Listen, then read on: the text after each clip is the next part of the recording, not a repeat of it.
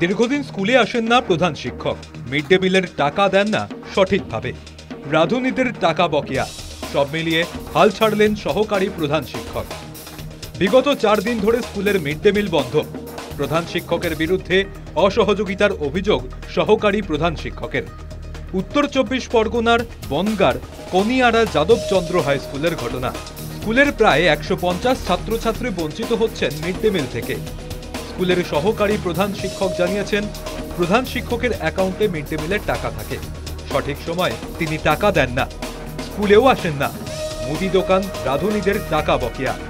এই বিষয়ে বিডিও ও অন্যান্য আধিকারিকদের লিখিত অভিযোগ জানানো হয়েছে।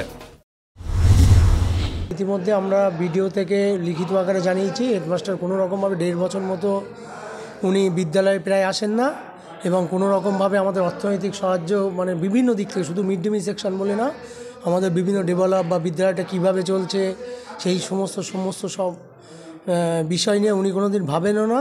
বিদ্যালয়টা কীভাবে চালানো হবে বা বিদ্যালয়টা কীভাবে ভবিষ্যতেও চলবে সেই সব ব্যাপারে ওনার পুরো নেগলেন্সি।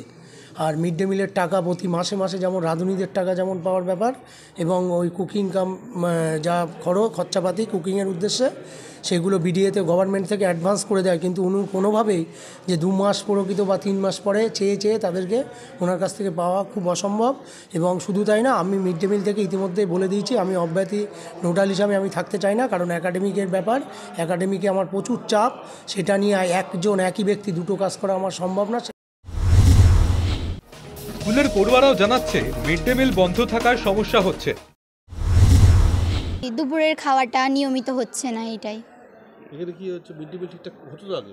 হ্যাঁ, আগে ঠিকঠাকভাবেই হতো মিড ডে মিলটা। এই বড় থাকতে বন্ধ কেন? সেটার কারণটা বলতে পারবো না। স্কুলের প্রধান শিক্ষক অবশ্য তার বিরুদ্ধে ওঠা সমস্ত অভিযোগ অস্বীকার করেছেন। গত ইংরাজি 29শে নভেম্বর 2023 থেকে আমি বিদ্যালয়ে যেতে পারছি না।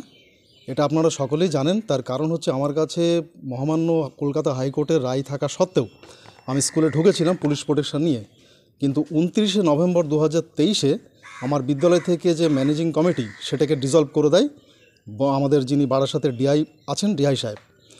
তো তার কারণ হচ্ছে ওই মিড ডে মিলের টাকা তছরূপ, অন্যান্য ডেভেলপমেন্টের টাকা তছরূপ করবে বলে আমার কাছে প্রেশার করেছিল, আমি তাতে রাজি হই না।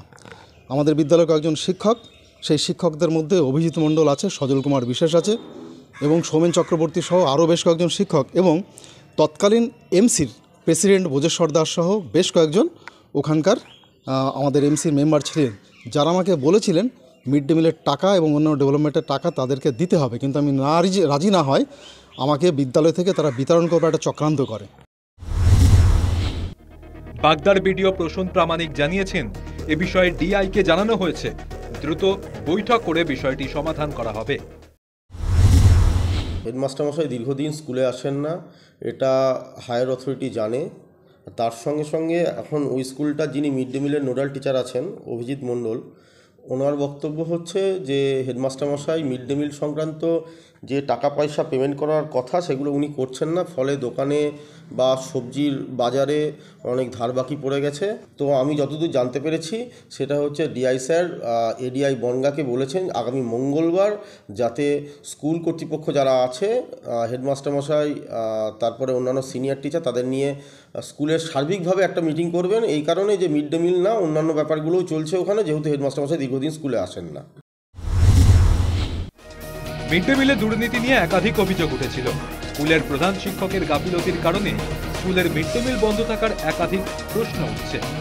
News time.